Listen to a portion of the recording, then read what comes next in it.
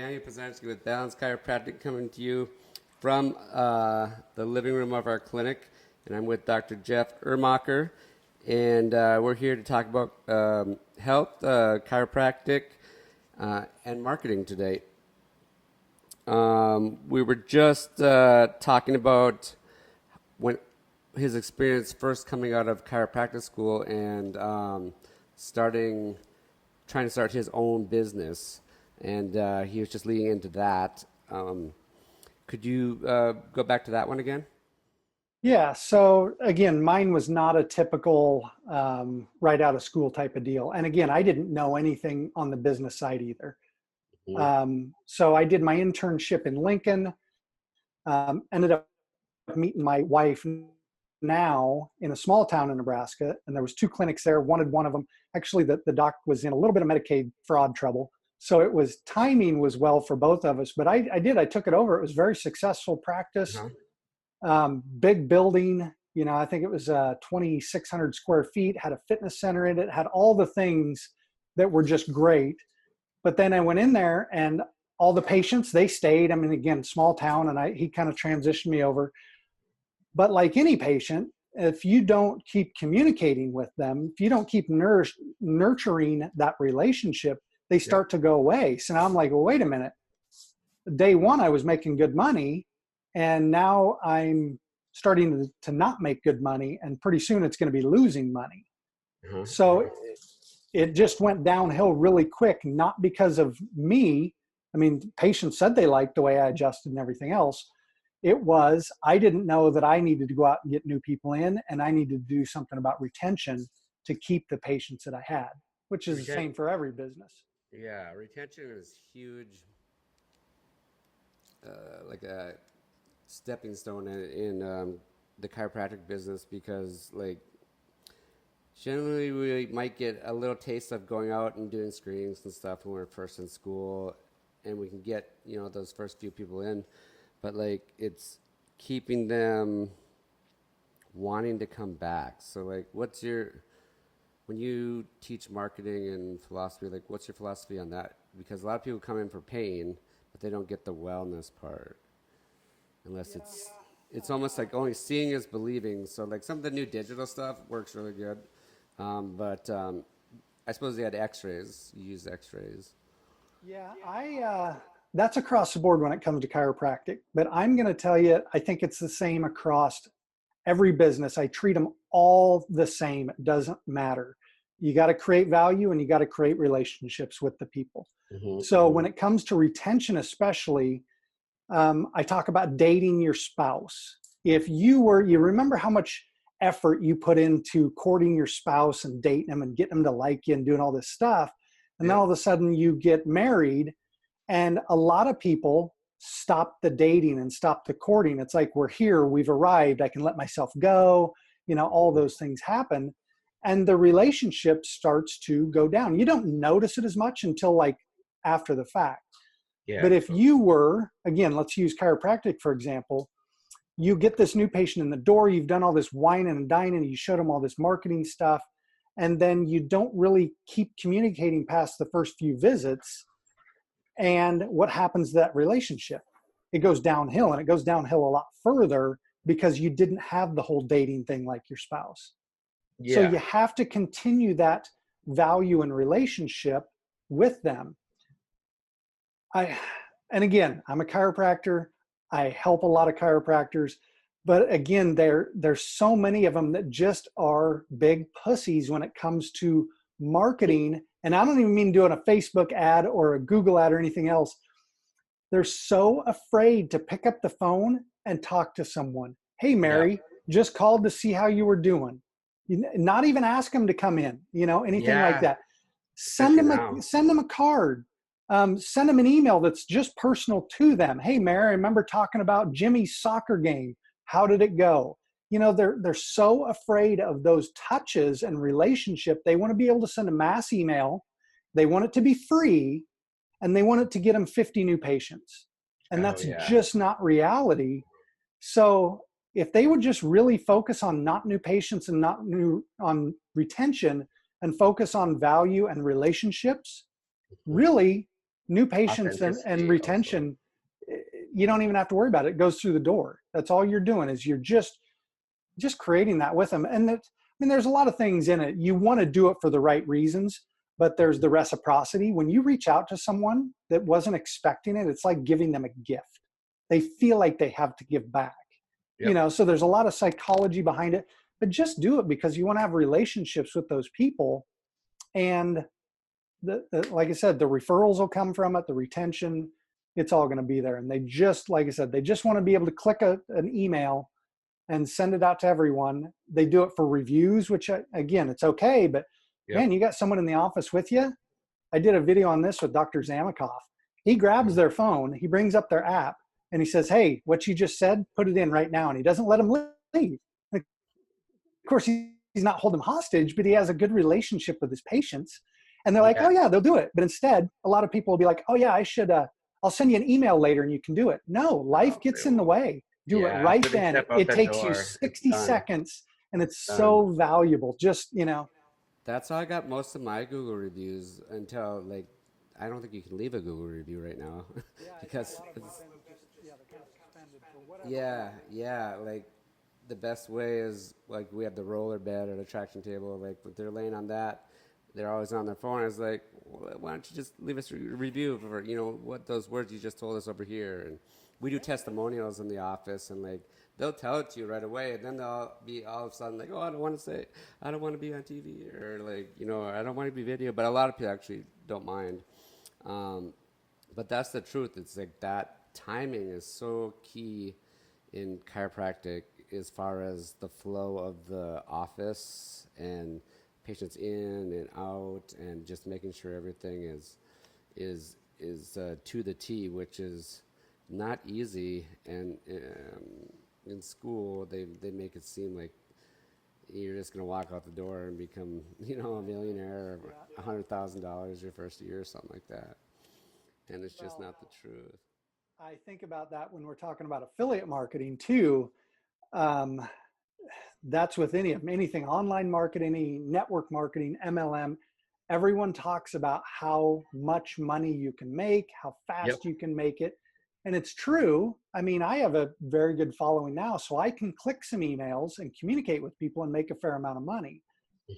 But until you generate that list, you generate that following, you do those things, it takes the time. I mean, everything either takes time, money, or both. And people just, Yep. they want to get into affiliate marketing and they want to be able to, again, share it on social media and Yep. do it for free and make a bunch of money. And it's, again, it's Yeah. just, I just want people to know the reality is it's rare. You might get those first couple of people, but you keep posting about the same affiliate thing. And people are like, all right, Jeff, enough. We know you've got this great thing. It's awesome. We need to buy it. But That's the they time that they start they buying. check out, So Yeah. So, are you mainly doing like affiliate marketing now, or what's your specialty? Like, yeah, it is actually. what's your company? Um, I guess it's just Just me. you? Yeah, I've got a couple. I mean, I do media buying for chiropractors. Okay. All of my clients went away when people were starting to have to shut down offices. It's Oh, really yeah. hard to, when the new patients are afraid to come in and everything else. So my clients, when it came to media buying, went away. What do you mean by media buying? Like Facebook ads or Google ads or? Ads, Google ads. Yep. I set up, squeeze pages and their marketing funnels and stuff like that. Okay, so funnels. Okay, yeah, that's one thing that we're working on. I'm not much of an a la carte type of person. Pretty much when someone does it, it's like, all right, it's kind of all or none because there's too many components. It's hard to just run Facebook ads because then it's like, well, you need to get your testimonial videos and I need those because I need to retarget with those. And I need, there's all these things that go into actually getting a new patient. So Totally. I just won't be someone's Facebook ads guy. It's kind of an all-inclusive, like whatever works now, because what if Facebook changes policies and then one, their marketing stops, two, I'm out of a job. Yep. So, and I love YouTube ads right now. So it's like, I want to be able to roll and change. But you do a lot of YouTube ads for chiropractors? Yeah, I do. And they're Oh, great. that's one thing. I haven't tried out yet. But that makes sense. I did try it, but I tried it. It was a while back, and you got to know exactly how to do it, or else it can be really expensive. Yeah. Well, here's what I'll tell you too. Again, from what I found and from other people I talked to, YouTube ads themselves are cheaper.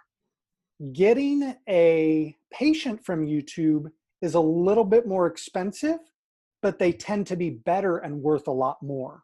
Really? Yeah. So again, I mean, all these things, when you're afraid to spend money to find some of these things out, I mean, I've Mm-hmm. spent thousands of my own dollars figuring Mm-hmm. things out, but it's like, okay, if I never would have known that, I would have given up after, let's say 50, 75, $100. But instead you keep pushing on because you're like, well, I need to know. And again, I need to create this Yep. Figure relationship. it out. You can get people to watch a lot of a YouTube video as an ad too. Just that first bumper, you can have an hour-long video, and if people get to watching that, they'll never click skip, and they'll watch the same video for a long time. With the bumper, is it kind of the key to catch them? Yeah, I mean, the first 5 seconds you got to get their attention, but you can make that video really long. Mm-hmm. Now you kind of set that up the same as a Google AdWords campaign, don't you? It's in the same interface. And then I'm guessing that you probably like retarget similar to like the Facebook. I think you can do that with Google. Health, Google does not retarget the health. So what I'll do is any of my Google ads or YouTube ads, I retarget them on Facebook. Okay. They don't like you to create custom audiences on a healthcare site. Huh. Yeah, I heard Google, since they acquired the pharmaceutical companies, they're a lot harder on that. Was it like that before, or is it? I'm trying to think. It's been like that for a couple of years anyway. Has it? Yeah. Yeah. Just as far as not being able to create that custom audience Huh. of visitors to your website. Okay. So, What's your like? So do you do custom funnels, or do you use like Kartra or ClickFunnels or? I just have it all built on WordPress. Oh, you? Again, I don't do it personally, but it's the same thing. It's just all a page or a post. Mm-hmm. ClickFunnels and those, they've just made it simple because you can drag and drop. But Yep. I use Thrive themes. And again, I don't build any of it. Yep. I put the words out and my guy does it. And honestly, it'd probably Yeah, only take 20 minutes anyway. I just hardly touch the stuff anymore. That makes sense. So I was curious, like going back again, like you came out, and you had 3 7-figure clinics at one point. I did. I actually started doing a lot of decompression. Yep. It been in 2005 that came on the scene really strong, and I ended up doing a lot of decompression, and I got really good at it. Really good at the marketing for it as well, and they were all killing it. But like I said, I think I even put in there, I was really piss poor at money management. Yep, that's what I have here next. During the same time that I was going through with all of my virtual assistants, it was the same thing with my associates. I expected them to just do what I do, Mm-hmm. and they didn't. They were there to show up and collect a paycheck. Again, if they weren't, they would have been the entrepreneur type to, jump out and take their own chances and their own risk. And Kind of get it creative. was and weirdest think thing. outside the It was, box. and I just didn't know then. My first business was 2003. When I bought a $500,000 clinic. Yeah, So really? I just didn't know. There were so many things I didn't know. I got good at treating patients and good at marketing, but all the other stuff, it was just like, dumpster fires everywhere. Yeah. And so it just came to a head there that I had no associates then, and still had all the overhead of 3 practices and just couldn't run them all. So you'd run 3 yourself, or like you had associate doctors at other practices? I had associates, yeah. Yep. Okay. And then, so what was the hard part? Like, that's the one thing I'm coming up to now is hiring an associate. Like, it's because I'm pretty much full the way that I do things. I can make it a little bit different. So some people do the rehab and things like that, but it's getting around that point. Like, that's the big thing I've noticed in chiropractic is a lot of clinics can't keep associates, or They basically just can't keep them because they can't afford them. Is the big thing, I think. And they can't reproduce their processes, I don't believe, either. Because you can't create that same relationship. It is. I even recorded myself in consultations and everything else. This this sounds bad, but it's really not. Lower your standards. Again, you have Yep. to have someone come in, not because you don't want the best for your patient or anything. They're just not you. Yep. And I Yep. won't be you. I could come in there and you might hate me, in your clinic. So you just have to lower that and say, can I just get you to like do the stuff to start with? And if here's my expectation and I can get you to do 70% of that. Yeah, that's what John C. Maxwell, I think, says that one. I read that one a long time ago. Yeah, 70%. To be happy at a certain level. Then if they jump to like 72 and then 70, or maybe they never do, but you just have to know they're not you and they're never going to be you and they're not going to do it like you. Even if they learn from you and all those things, they're going to massage it their own way. They're going to go out and so just as bad as that sounds, lower your expectations. Yeah, that makes a lot of sense. But I've thought that one a lot of times, like in my head when I get frustrated. 70%. So do you do like mainly like affiliate stuff then now? I do, yeah. And I'd been doing that along with because even though I'm a media buyer for people, I still have my own business. I love doing the media buying. I don't know why. I just like doing it. I like when someone comes in and says, hey, I'm having troubles with this. And it's like, just to be able to go through it and tweak little things, change little things and be like, oh, I know what you're doing wrong there. And being able to, I think it's the competitive side of me Yep. that likes to be able to go in and do it. But yeah, I do all affiliate marketing now. And lots of different things because I'm in the online marketing world and the health world. I've got oodles of products and people and everything else that I can share with the people that I influence, people that are on my email list, people that are on social media with me, that there's a lot of things I could sell, but I only do things that I believe in or I use myself. But there's a ton of things out there. To be able to sell, you have to do that. Yeah. Well, again, when you get in the affiliate world and then people are like, hey, check this out. And I look at it, I'm like, I don't know how you could ever even get behind that thing. Maybe you made a few sales, but that person would never trust me again, Yeah, so that's the thing I think in the online marketer world is, and maybe that's why so many people are afraid of it because they've been burned by so many people. They're like, listen to someone, they really hyped them up. They got excited about it. They bought it. And then they started going through and they're confused or it didn't work the way the person told them. That's honestly why I, over the years, have been so transparent and just even recording my screen and showing people what I'm doing. Yep. Because that attracts people to me that I don't have to try and sell it. I can say, hey, here's all the stuff and go do it. You're as smart as I am.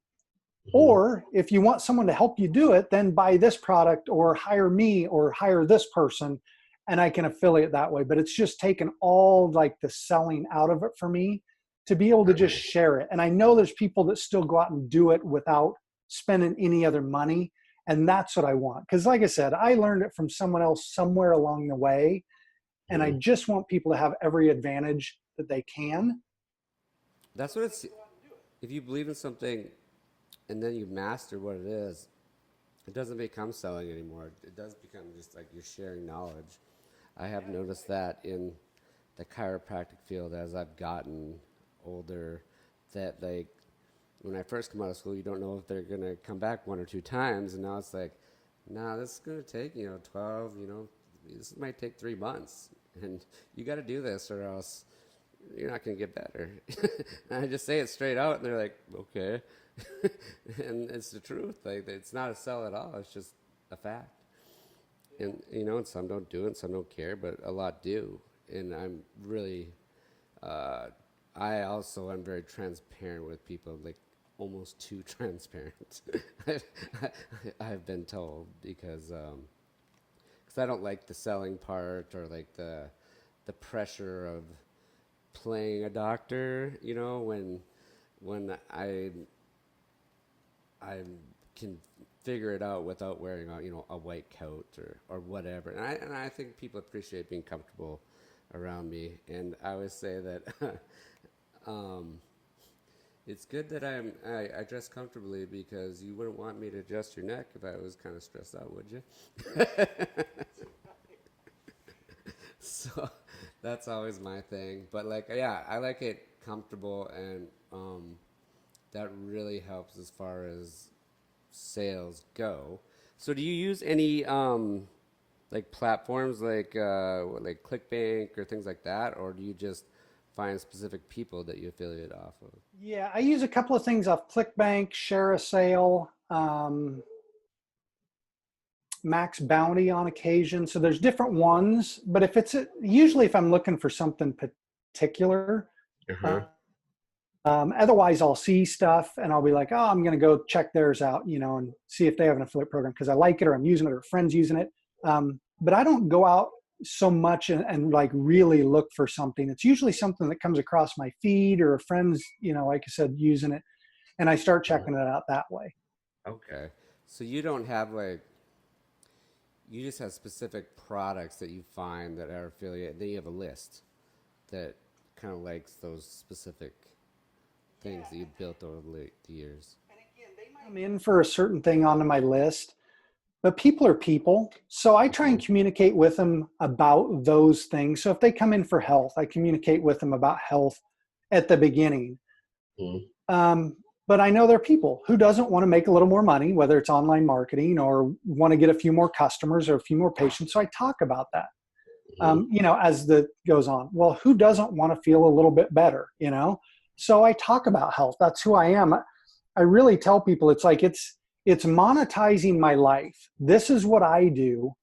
I just want to tell you about it, So again, it's Like that. not I do marketing, I do health, and we lived on a yacht for 9 months. So we talked about that, we're just, like you I said, I did? just monetize my life. Yeah, we did. Oh, wow. Yeah, we bought a 53-foot blue water yacht. We actually just moved into this house. Is it 3 months ago? Something like that, beginning of March. Was Yeah, St. Petersburg, you said yeah, you're at? yeah, we were in the St. Petersburg Municipal Marina for 9 months. Oh, nice. So Then you came on shore. yeah, we had planned on cruising more, getting down to the Keys, getting to over to the Bahamas, Oh, and yeah. it never, one thing after another, whether it was kids' schedules or kids not wanting to do this, and it was just like, all right, it was when it becomes pulling teeth, then we changed our mind. So Okay. Huh.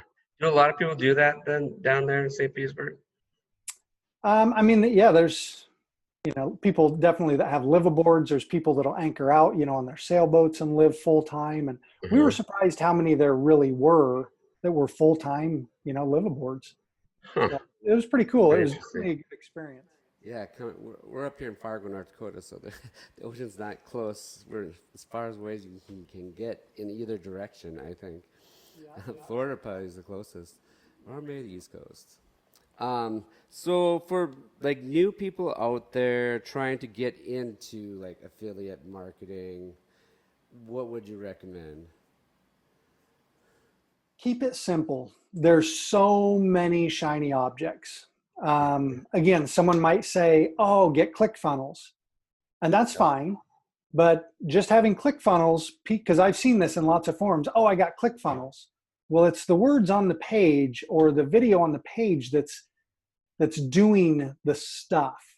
Just having ClickFunnels, again, that's just a page. That's just another page. That's just a button. Those don't do anything. So keep it very simple and really, really understand. And I ask you this at the beginning, understand who your market is. You have to start out, like I said, mine turns into me, but not at the beginning. You have to understand who you're talking to and what they want. And then just provide it for them. So keep it simple as far as an ad, a simple value page with an opt-in, and then communicate with them till they buy or die. That's another big thing where people fail is they'll want to send them. They'll have, oh, I got 3 emails set up in my autoresponder, and then they never email them again. And it's like you spend a lot of energy and money generating that lead. Now, again, build that list, build that relationship. They don't know you, so it's hard to trust you.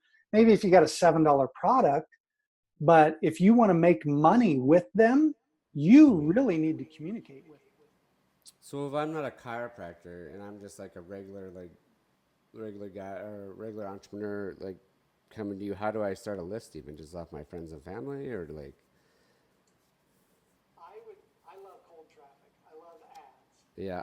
Well, yeah, it makes sense. That's how you start. It's really hard to scale anything outside of your, if you're on Facebook, you only get 5,000 people. How many are actually going to see your stuff too?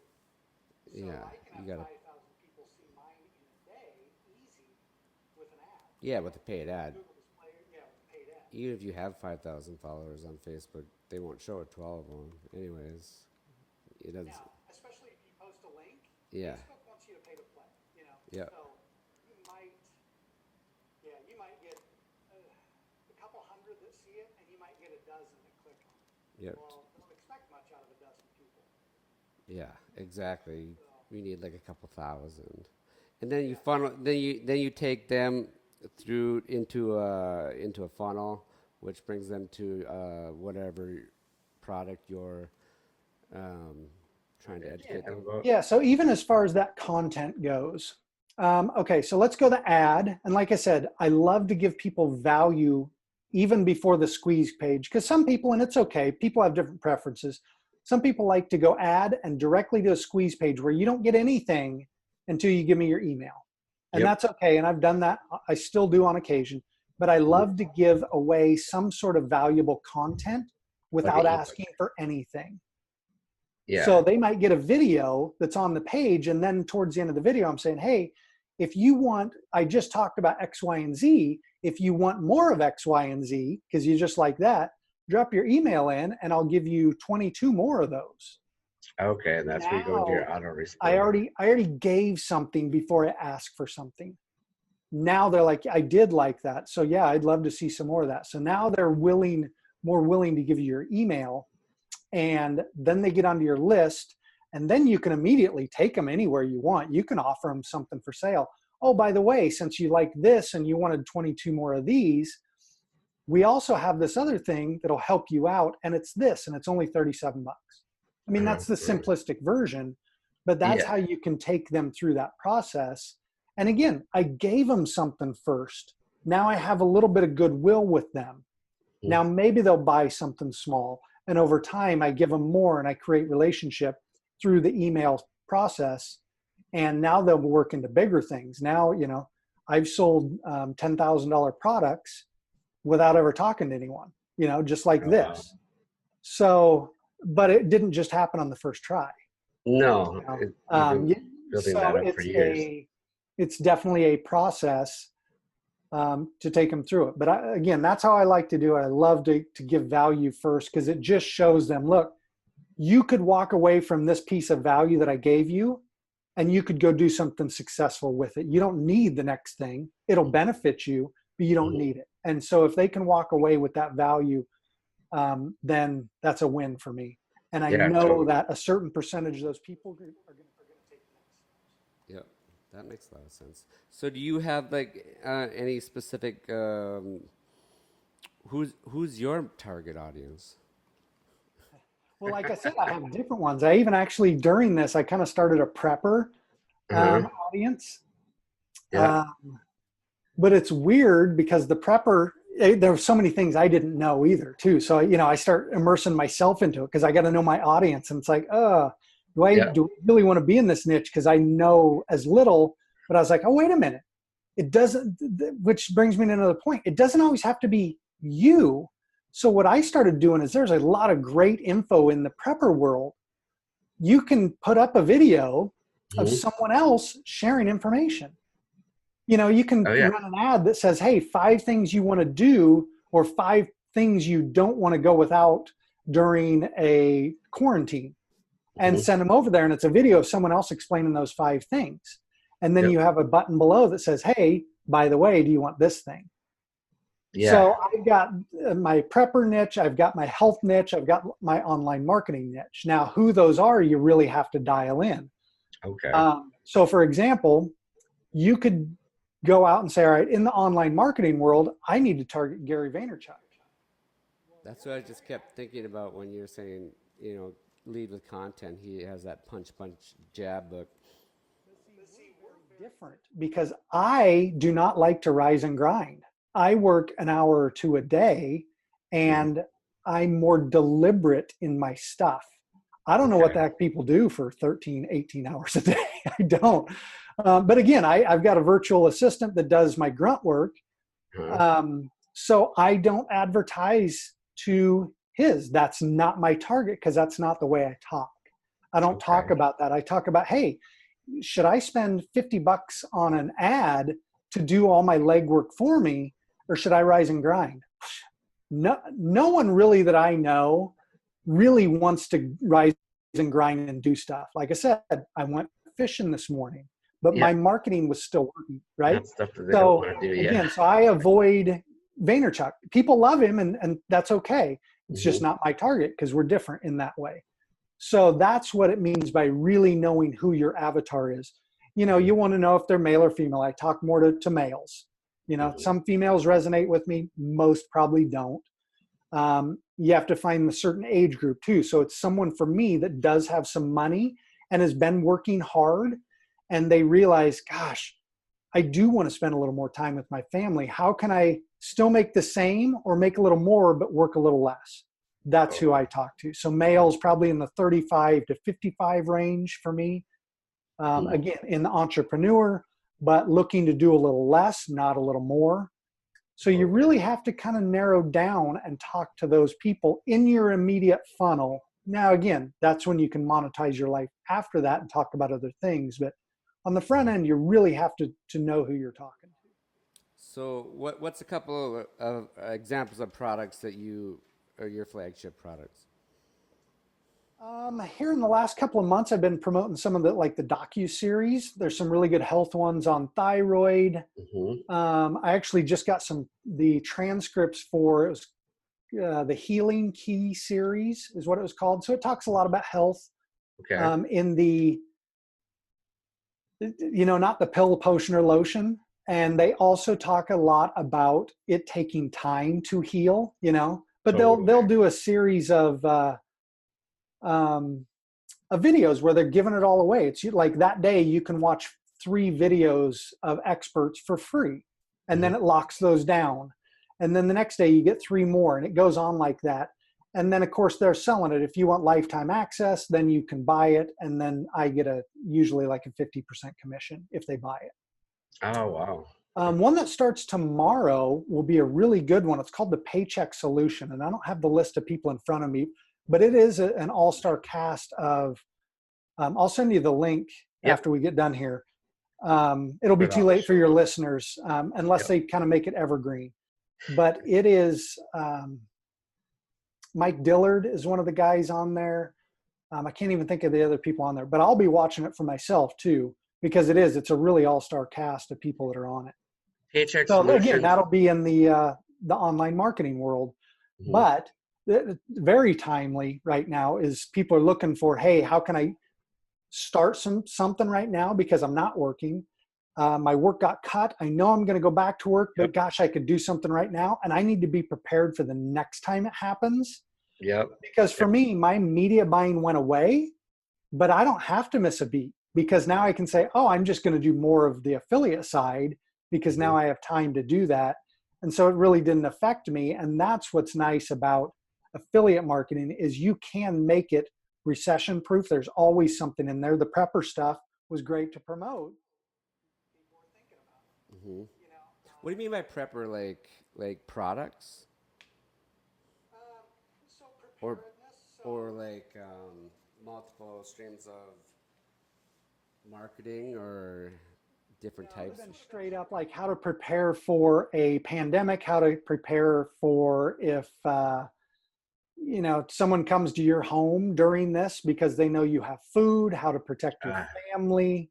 Uh, how to prepare if we turn into Venezuela, Yep. that type of thing. So it's more of that, how to prepare if there's nuclear war, which again, I don't go quite that deep because I Yep. think Yep. that's a ways off yet.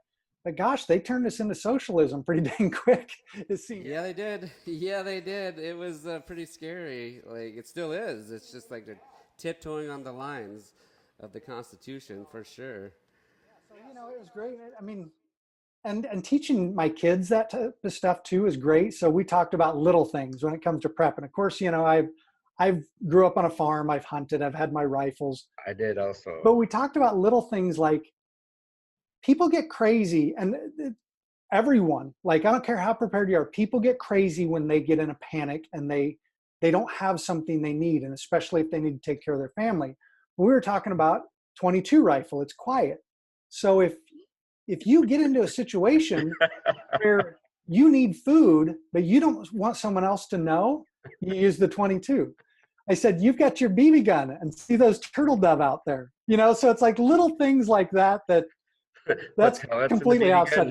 But you know what? I do. A little bit more damage. Yeah, that's right. So, but yeah, no, but as I was learning about it, all these things came up and I'm like, well, I can't just be the only one prepared. I got to make sure my family's prepared as well. Okay, so then you'll go look for a product like that online and see if they have an associate program, and then just put that out to your list. Yeah, well, the beauty is once you start searching and looking, Facebook shows them all to you, because then someone starts their algorithm is absolutely amazing. I actually do, I want to say it's probably the last year, maybe a little bit longer. I do less targeting, but my message in the ad is very specific, because as soon as you post that thing, Facebook knows, I know exactly who's going to look at that.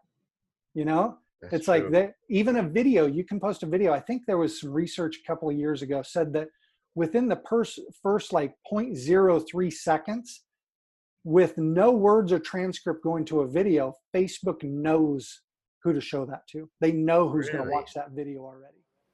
So with your Facebook ads, you usually just go for engagement or for messages or send them to websites. What's your go-to button?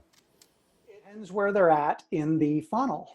So top of funnel, I go for engagement, and I try and get people to watch a certain period of it. So then when I go to retarget, I might say, okay, I only want this second video, show it to people that have watched, depending on the length of the video, let's say 50% of the previous video.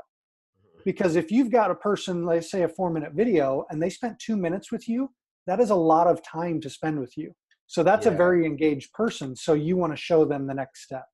And I think that's important when someone's on a budget, to not just retarget everyone that engaged with you, because you can waste a lot of money that someone clicked over there, they looked at it, oh, this wasn't for me, and they bailed. Well, you don't want to retarget them. Totally. A friend of mine, Justin Brook, told me about this a couple years ago, even with your Facebook pixel. And I do this in Google Tag Manager.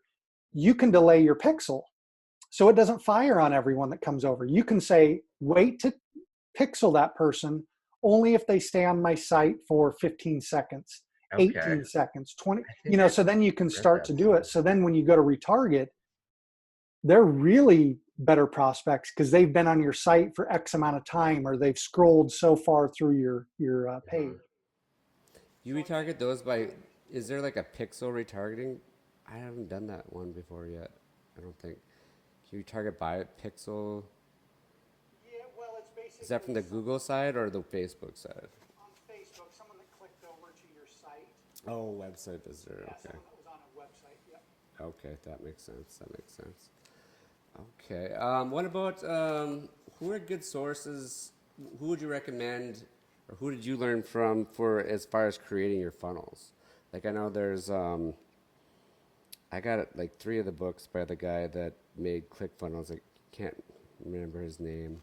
Oh, Russell Brunson. Russell Brunson. Yeah, I haven't read all of his books yet. Right. But he wasn't. He didn't come up with. Well, he even says in his books he didn't come up with it. It was all snail mail before.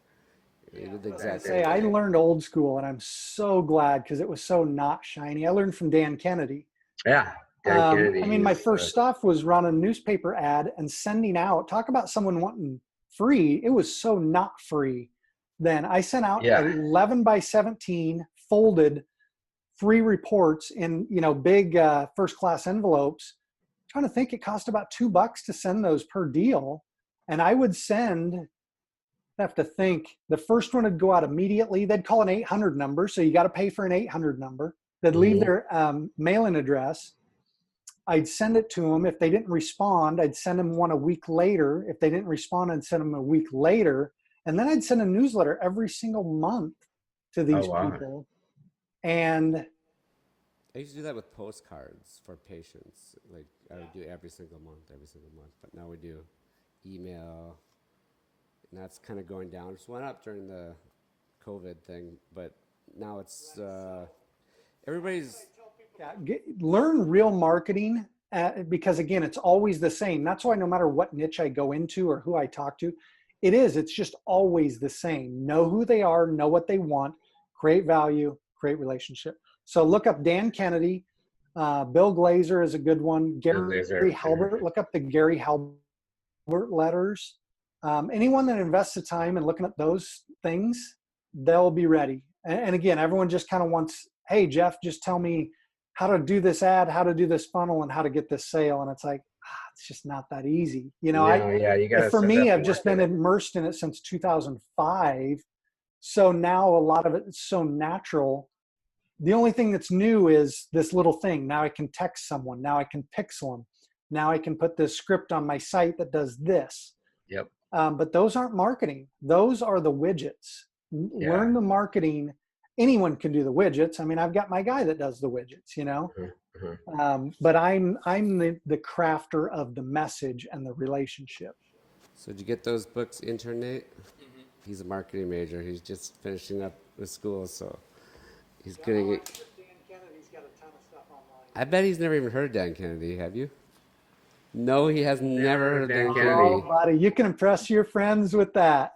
You actually should read one of his books at least, because he's the godfather of marketing. Yeah, look up all his marketing content. Yeah, all his No BS books. Yep. No BS sales letter. He's got like a dozen No BS books. They're great. My thing is like I like you got to hire somebody to build one of those giant sales letters. Like I don't know who the first one to ever write one was. I don't even know why people click on them. Like you just know that it's at the bottom. Like, I know, yeah. It's the way that I did those, because my highest producing, as far as money goes, video was an hour long. Mm-hmm. And the best way to do those, and of course it's just a transcript, but it was word for word. I sat down in front of something and I just recorded it. And then you go back and you refine it. You're like, what was I stumbling through there? And then you record it again and you find out what it is. And it's just that thing. I never was able to really just sit down and write it. I always had to talk through it. I could even come back to this and I could like write a transcript. I could turn this into like 5 pieces of content and repurpose it. Yeah. Because it's just all these things that like come up. Oh, now I can go this direction. So that's a secret for anyone that wants to even record a 4-minute little video. You just sit down and record it, and then go back and transcribe it and take out the garbage that you didn't mean and say what you really mean, and then record it a second or third time. And it's so much smoother. It's just worked great for me. Oh, that's a really good tip. Thank you. Yeah. And don't be afraid to fail at it. So many people are like, oh, that was horrible. Oh yeah, that's the truth, especially with video. Yeah, especially if it's yourself. Like, there's not one that I like that it's me on there, but some do really well and some don't. But so it's just what your message is and how you're in your passion. I think about what you're selling really goes a long ways. I think we're getting towards the end of our time limit here. Is there anything else you'd like to add, Jeff? No, if it's something someone wants to do, honestly, just get started, do it. And again, don't be afraid to put a little time in it. Don't be afraid to, I say spend money, but honestly, you're going to lose money for the most part at the beginning. But what you're doing is you're buying your education. You're finding out who resonates with you. I mean, you look at how much money we spent on chiropractic school. If we looked at that like I'm losing money every trimester I put this up, it's like, no, I'm investing in something. And people Totally. forget about that because, again, someone said, oh, this is a great product. Just tell your friends about it on social media and they're going to buy it and you're going to make a bunch of money. That person lied to you. I'm going to tell you that it costs money to do this thing, and don't spend anything that you don't have to lose. That's true. All right. Well, thank you very much, Jeff. Really appreciate you coming on the show and helping us out and giving the viewers some tips to get started. We are going to leave the names of all those of the 3 different books, as well as maybe some old school Dan Kennedy links to Amazon on his books on the show notes, and we have some different links to Jeff's affiliate marketing, and we look forward to we look forward to seeing you next episode. Thank you, everybody.